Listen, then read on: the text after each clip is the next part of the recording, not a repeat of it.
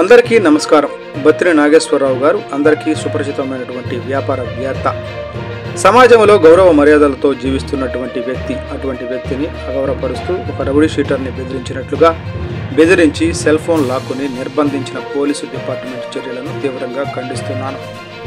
బత్తిన నాగేశ్వరరావు గారు 75 సంవత్సరాల వయసు పైబడిన వ్యక్తి.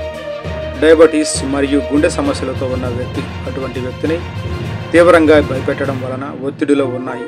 గుండెపోటు వచ్చి ప్రస్తుతం నరసరావుపేట మహాత్మా గాంధీ హాస్పిటల్లో అత్యవసర విభాగంలో చికిత్స పొందుతున్నారు. అతని ఆరోగ్య పరిస్థితి ఆందోళనకరంగా ఉంది. ఇటువంటి దుశ్చర్యకు పాల్పడిన పోలీస్ డిపార్ట్మెంటుపై న్యాయపరమైన పోరాటం చేస్తాం. అలాగే హ్యూమన్ రైట్స్ వారికి, గౌరవ ముఖ్యమంత్రి మరియు ఉప ముఖ్యమంత్రి కార్యాలయానికి, హోమ్ మినిస్టర్ గారికి ఈ విషయాన్ని తీసుకువెళతాం.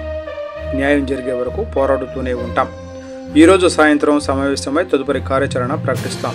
ఇట్లు మీ ఏలూరి ప్రసాద్.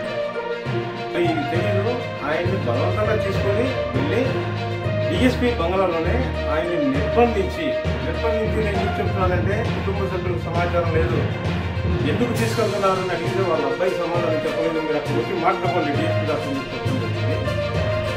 ఆయన వయసు 75 సంవత్సరం, ఆరోగ్య సమస్యలు ఉన్నాయి, హృద్రోగం ఉంది, ఆయనకి హార్ట్ కంప్లైంట్ ఉంది.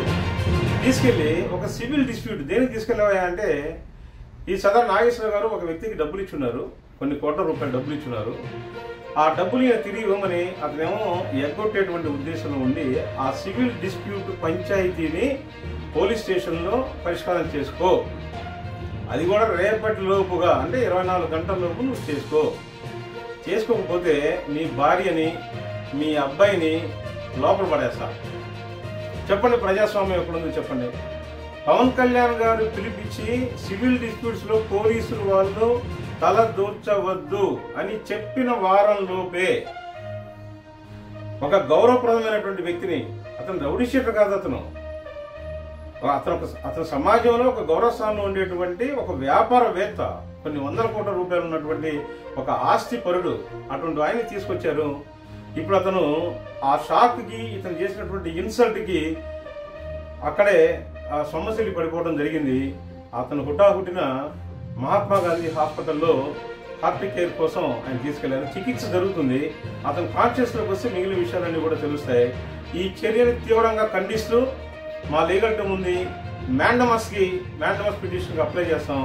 మేమందరం కూడా న్యాయం జరిగేంత వరకు ఈ డిఎస్పీ మీద చర్యలు, నరసరావుపేట డిఎస్పీ మీద చర్యలు తీసుకునేంత వరకు కూడా మేమంతా ఏకతాటిపై ఉండి పోరాడతాం. పెద్దలు గమనించి దీంట్లో నిజానిజాలు వెలికి తీస్తారని ఆశిస్తాను. మీ ఏలూరు ప్రసాద్, నరసరావుపేట.